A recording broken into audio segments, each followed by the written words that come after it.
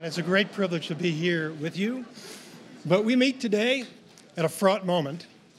For too long, along with other nations, we enjoyed the extraordinary benefits of modern technology without adequately preparing for its considerable risks.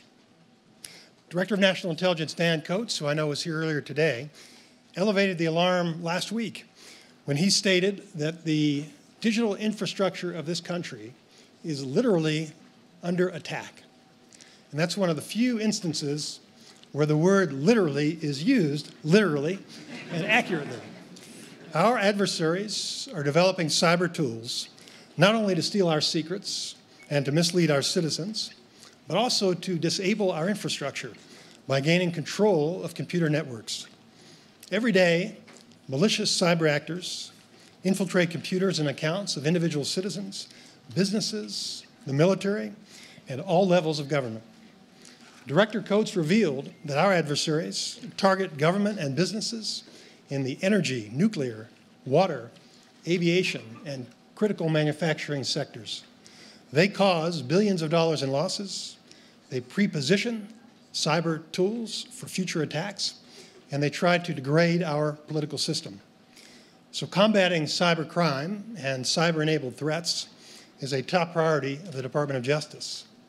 Attorney General Sessions established a cyber digital task force in February, and he challenged it to answer two questions. What are we doing now to address cyber threats, and how can we do better? Today, the Department of Justice is releasing a report that responds to the first question, providing a detailed assessment of the cyber threats confronting America and the department's efforts to combat them. The task force report addresses a wide range of issues, including how to define the multifaceted challenges of cyber-enabled crime, how to develop strategies to detect, deter, and disrupt them, how to inform victims and the public about the threats they face, and how to maintain a skilled workforce to detect and to respond to cyber threats. The report describes 6 categories of cyber threats and explains how the Department of Justice is working to combat them. One serious type of threat involves direct damage to computer systems, such as distributed denial of service attacks and ransomware schemes. Another category is data theft, which includes stealing personally identifiable information and intellectual property. The third category encompasses cyber-enabled fraud schemes. A fourth category includes threats to personal privacy, such as sextortion, blackmail, and other forms of harassment. Attacks on critical infrastructure constitute the fifth category. They include infiltrating energy systems, transportation systems, and telecommunications networks. Each of those complex and evolving threats is serious, and the report details the important work the Department of Justice is doing to protect America. But I plan to focus today on a sixth category of cyber-enabled threats, malign foreign influence operations, which are described in Chapter 1 of the task force report that I know the panel is prepared to discuss following my remarks. The term malign foreign influence operations refers to actions undertaken by a foreign government, often covertly, to influence people's opinions and advance the foreign nation's strategic objectives. The goals frequently include exacerbating social divisions and undermining confidence in democratic institutions. Influence operations are a form of information warfare. Covert propaganda and disinformation are the primary weapons. The Russian effort to influence the 2016 presidential campaign is just one tree in a growing forest. Focusing merely on a single election misses the point. As Director Coates made clear, these actions are persistent, they are pervasive, they are meant to undermine democracy on a daily basis, regardless of whether it is election time or not. Russian intelligence officers did not stumble on the idea of hacking American computers and posting misleading messages because they had a free afternoon. It's what they do every day. Not just attacking America, but other countries as well. And this is not a new phenomenon. Throughout the 20th century, the Soviet Union used malign influence campaigns against the United States and other countries. In 1963, for example, the KGB paid an American to distribute a book claiming that the FBI and the CIA assassinated President Kennedy. In 1980, the KGB fabricated and distributed a fake document claiming that the National Security Council had a strategy to prevent political activists from working with African leaders. During the Reagan administration, the KGB spread false stories that the Pentagon developed the AIDS virus as part of a biological weapons research program. As Jonathan Swift wrote in 1710, falsehood flies, and the truth comes limping after it. Now, the Reagan administration confronted the problem head-on. It established an interagency committee called the Active Measures Working Group to counter Soviet disinformation. That group exposed Soviet forgeries and other propaganda.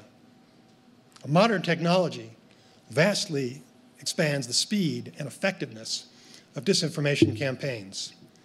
The internet and social media platforms allow foreign agents to spread misleading political messages while masquerading as Americans. Homeland Security Secretary Kirstjen Nielsen explained last weekend that our adversaries use social media, sympathetic spokespeople, and other fronts to sow discord and divisiveness among the American people. Elections provide an attractive opportunity for foreign influence campaigns to influence our political processes. According to the intelligence community's assessment, foreign interference in the 2016 election demonstrated a significant escalation in directness, level of activity, and scope of effort compared to previous operations. The Department's Cyber Digital Task Force report contributes to our understanding by identifying 5 different types of malign influence operations that target our political circumstances. First, malicious cyber actors can target election infrastructure by trying to hack voter registration databases and vote tallying systems. In 2016, we know that 5 foreign cyber intruders targeted election-related networks in as many as 21 states. There's no evidence that any foreign government has ever altered vote totals, but the risk is real. Moreover, even the possibility that manipulation may occur can cause citizens to question the integrity of elections. Second, cyber operations can target political organizations, campaigns, and political officials. Foreign actors can steal private information through hacking, then publish it online to damage a candidate, campaign, or political party. They can even alter the stolen information before they release it. Russia's intelligence services conducted cyber operations against both major political parties in 2016, and the recent indictment of Russian intelligence officers alleges a systematic effort to leak stolen information about one campaign. The third category of malign influence operations affecting elections involves offers to assist political campaigns or officials by agents who conceal their connection to a foreign government. Such operations may entail financial and logistical support to Americans who are unwitting or unaware of the foreign connection. Fourth, adversaries covertly use disinformation and other propaganda to influence American political opinion. Foreign trolls spread false stories online about candidates and issues, amplify divisive political messages to make them appear more pervasive and credible, and try to pit groups against each other. They may also try to affect voter behavior by triggering protests or depressing voter turnout. Finally, foreign governments use overt influence efforts, such as government-controlled media outlets and paid lobbyists. Those tactics may be employed lawfully if the foreign agents comply with registration requirements, but people should be aware when lobbyists or media outlets are working for a foreign government so they can evaluate the source's credibility. When respected figures offer opinions about public policy issues, it may matter to know that they are taking instructions from a foreign government. The election interference charges filed in February demonstrate how easily human trolls can distribute propaganda and disinformation. A Russian man, not charged in the case, recently admitted to a reporter that he worked with the trolls in a separate department. His job was to create fake news for his own country. He felt like a character in the book 1984 by George Orwell, a place where you have to write that black is white and white is black. You were in some kind of factory that turned lying into an industrial assembly line. The volumes were colossal. There were huge numbers of people, 300 to 400, and they were all writing absolute untruths. When the man took a test for promotion to the department that focused on America, he explained the main thing was showing that you are able to represent yourself as an American. Now, that former troll said that he believes Russian audiences pay no attention to fake internet comments. But he has a different opinion about Americans. He thinks that we can be deceived because Americans, quote, aren't used to this kind of trickery. Now, that remark is sort of a compliment. I say that because in repressive regimes, people simply assume that the government controls media outlets and they discount everything. We live in a country that allows free speech, so people are accustomed to taking it seriously when their fellow citizens express their opinions. But not everyone realizes that information posted on the internet may not even come from citizens. Moreover, internet comments may not even come from human beings. Automated bots magnify the impact of propaganda. Using software to mimic actions by human users, bots can circulate messages automatically, creating the appearance that thousands of people are reading and forwarding information within minutes. Together, bots and networks of paid trolls operating multiple accounts allow foreign agents to quickly spread disinformation and create the false impression that it is widely accepted in America. The United States is not alone in confronting malign foreign influence operations. Russia reportedly conducted a hack and release campaign against President Macron during last year's French elections and instituted similar operations against political candidates in other European democracies. Other foreign nations, besides Russia, also engage in malign operations. So what can we do to defend our values in the face of foreign efforts to influence elections, weaken the social fabric, and turn Americans against each other? Like terrorism and other national security threats, the malign foreign influence threat requires a unified strategic approach across all government agencies. In particular, the Departments of Justice, Homeland Security, State, Defense, Treasury, along with intelligence agencies and others, play important roles. But other sectors of society also need to do their part. State and local governments must secure their election infrastructure. Technology companies need to protect their platforms. Public officials, campaigns, and other potential victims need to study the threats and protect themselves and their networks. And citizens need to understand the playing field. The Department of Justice investigates and prosecutes malign foreign influence activity when it violates federal criminal law. Some critics argue against prosecuting people who live in foreign countries that are unlikely to extradite their citizens. I think that's a short-sighted view. For one thing, the defendants may someday face trial if there's a change in their government or if they visit any nation that cooperates with America in enforcing the rule of law. Modern forms of travel and communication readily allow criminals to cross national boundaries. Do not underestimate the long arm of American law or the resolve of American law enforcement. People who, thank you.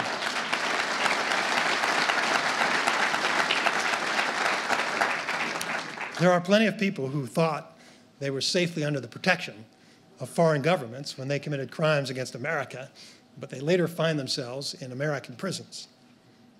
Second, public indictments achieve specific deterrence by impeding the defendants from traveling to rule of law nations and by raising the risk that they will be held accountable for future cybercrimes. Wanted criminals are less attractive as employees and co-conspirators. Third, demonstrating our ability to detect and charge hackers will deter some others from attacking America. Fourth, federal indictments are taken seriously by the public and the international community, where respect for our criminal justice system including an understanding of the presumption of innocence and the burden of proof beyond a reasonable doubt, means that our willingness to present evidence to a grand jury and ultimately a trial elicits a high degree of confidence in our allegations. Fifth, victims deserve vindication, particularly when they are harmed by criminal acts that would normally be prosecuted if the perpetrators were located here in the United States. And sixth, federal criminal prosecutions support other penalties for malign foreign influence operations. For example, the Department of Treasury can impose financial sanctions on defendants based on evidence exposed in indictments. Voters in foreign democracies and influential citizens in autocratic regimes can consider these allegations in making decisions about their national leadership and foreign alliances. The Department of the Treasury imposed sanctions on the individuals and entities identified in our February election interference indictment, along with others involved in malign influence activities. 19 individuals and 5 entities are subject to sanctions that freeze assets under American jurisdiction, which, I remind you, is vast. Even if those people are never brought to court, they will face consequences. The sanctions prohibit them from engaging in transactions with Americans and using the American financial system. The administration followed up with similar sanctions for a broad range of malign activities against 7 oligarchs, 12 companies, 17 Russian government officials, and 2 other entities. So prosecutions are one useful tool against modern criminals who operate beyond our shores. That same approach applies outside the context of election interference. That's why our government regularly files charges against criminals who hide overseas, such as the Iranian government hackers who broke into a computer network of a dam, the Iranian hackers who infiltrated American universities, businesses, and government agencies on behalf of the Islamic Revolutionary Guard Corps, the Iranian hacker who infiltrated and extorted an American television network, the Chinese government hackers who committed economic espionage, and Russian intelligence officers who stole data from an email service provider. Intelligence assessments and criminal indictments are based on evidence. They do not reflect mere guesses. Intelligence assessments, of course, include analytical judgments based on classified information that cannot be disclosed because the evidence is from sources, people who will be unable to help America in the future if they are identified and who might be harmed in retaliation for helping America, and intelligence methods, techniques that would be worthless if our adversaries knew how we obtain the evidence. Indictments are based on credible evidence that the government must be prepared to introduce in court if necessary. Now, some people believe that they can operate anonymously through the internet, but cybercrime generally does create electronic trails that lead to the perpetrators if the investigators are sufficiently skilled. Now, gathering intelligence about our adversaries, people who threaten our way of life, is a noble task. Outside the Department of Justice headquarters, just outside my window, stands a statue of Nathan Hale. Hale was executed immediately without a trial after he was caught gathering intelligence for America during the Revolutionary War. His final words are recorded as follows: "I am so satisfied with the cause in which I have engaged that my only regret is I have but one life to offer in its service." Thank God that America is blessed by such patriots. And rest assured that Director Wray, Attorney General Sessions, and I will never shirk our duty to protect them from retaliation. The days when criminals could harm America from abroad without fear of consequences are past. If foreign governments choose to give sanctuary to perpetrators of cybercrimes, those governments will need to take responsibility for the crimes, and the individual perpetrators will need to consider the personal cost. But criminal prosecutions and financial sanctions are not a complete solution. We need to take other steps to prevent malign influence. To protect elections, the first priority is to harden our infrastructure. State governments run American elections and are responsible for maintaining cybersecurity, but they need federal help. The Department of Homeland Security takes the lead in helping to protect voting infrastructure, and the FBI leads federal investigations of intrusions. The FBI works closely with Homeland Security to inform election administrators about threats. DHS and FBI provide briefings to election officials from all 50 states about our foreign adversaries' intentions and capabilities. We don't want to wait until after the fact. We want to make sure we give them adequate warnings in advance to try to deter and prevent harm. We also seek to protect political organizations, campaigns, candidates, and public officials. The FBI alerts potential victims about malicious cyber activities and helps them respond to intrusions. It shares detailed information about threats and vulnerabilities. To combat covert foreign influence on public policy, we enforce federal laws that require foreign agents to register with the U.S. government. Those laws prevent people from tricking unwitting Americans while concealing that they are following orders from foreign government handlers. The Department of Justice is stepping up enforcement of the Foreign Agents Registration Act and related laws, and we are providing defensive counterintelligence briefings to local, state, and federal leaders and candidates. Public attribution of foreign influence campaigns can help to counter and mitigate the harm caused by foreign-sponsored misinformation. When people are aware of the true sponsor, they can make better informed decisions. We also help technology companies to counter covert foreign influence efforts. The FBI works with partners in the intelligence community to identify foreign agents as they establish their digital infrastructure and as they develop their online presence. The FBI helps those companies disrupt foreign influence operations by identifying the activities so the companies may consider the voluntary removal of accounts and content that violate their terms of service and deceive their customers. Technology companies bear primary responsibility for securing their products from misuse. Many are now taking greater responsibility for self-policing, including by removing fake accounts. And we encourage them to make it a priority to combat efforts to employ their facilities for illegal schemes. Now, even as we enhance our ability to combat existing forms of malign influence, the danger continues to grow.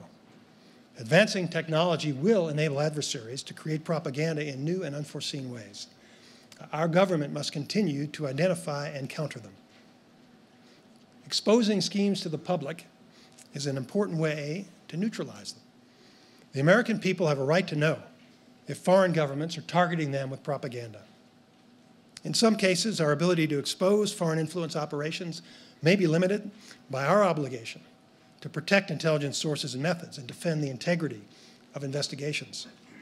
Moreover, we should not publicly attribute activity to a source unless we possess high confidence that foreign agents are responsible for it. We also do not want to unduly amplify an adversary's messages or impose additional harm on victims. In all cases, partisan political considerations must play no role. We cannot seek to benefit or harm any lawful group, individual, or organization. Our government does not take any official position on what people should believe or how they should vote, but it can and should protect them from fraud and deception perpetrated by foreign agents. Unfettered speech about political issues lies at the heart of our Constitution.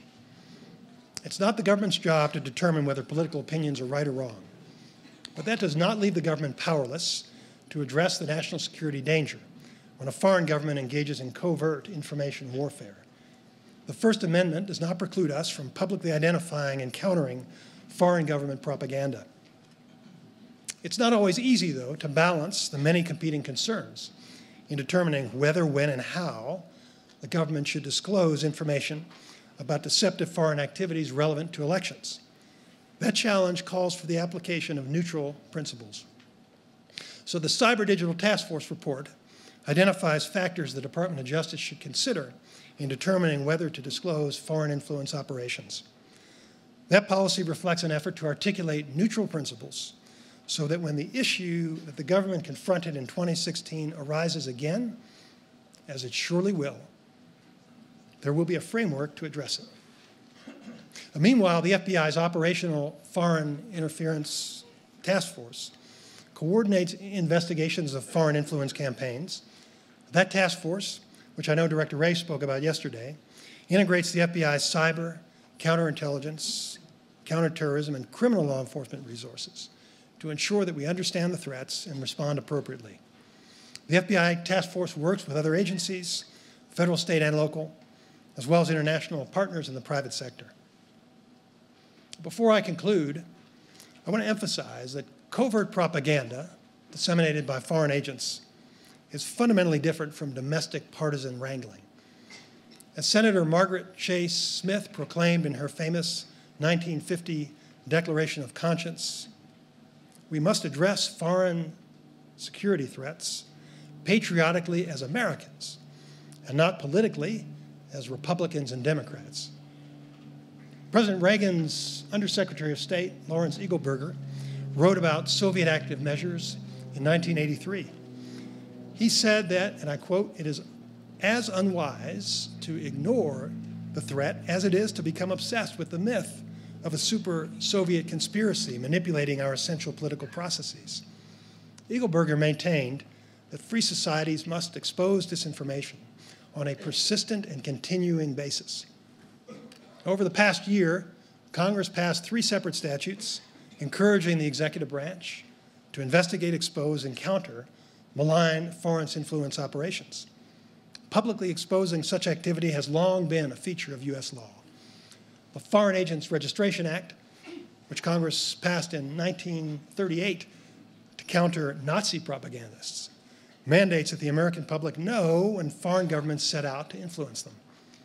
Knowledge is power. In 1910, Theodore Roosevelt delivered a timeless speech about the duties of citizenship in great republics. It is best known for his remark that it is not the critic who counts, which is important to keep in mind when you're in Washington, D.C. But Roosevelt's most insightful observation is that the success or failure of a republic depends upon the character of the average citizen. It is up to individual citizens to consider the source and evaluate the credibility of information when they decide what to believe. Heated debates and passionate disagreements about public policy and political leadership are essential to democracy. We resolve those disagreements at the ballot box, and then we keep moving forward to future elections that reflect the will of the citizens. Foreign governments should not be secret participants, covertly spreading propaganda and fanning the flames of division. The government plays a central role in combating malign foreign influence and other cyber threats. The Attorney General's Cyber Digital Task Force report demonstrates that the Department of Justice is doing its part to faithfully execute our oath to preserve, protect, and defend America. I regret that my time today is insufficient to go into great detail about that report. It is available on the Department of Justice website. I hope you will read it and find it to be a useful contribution to public discussion about one of the momentous issues of our time.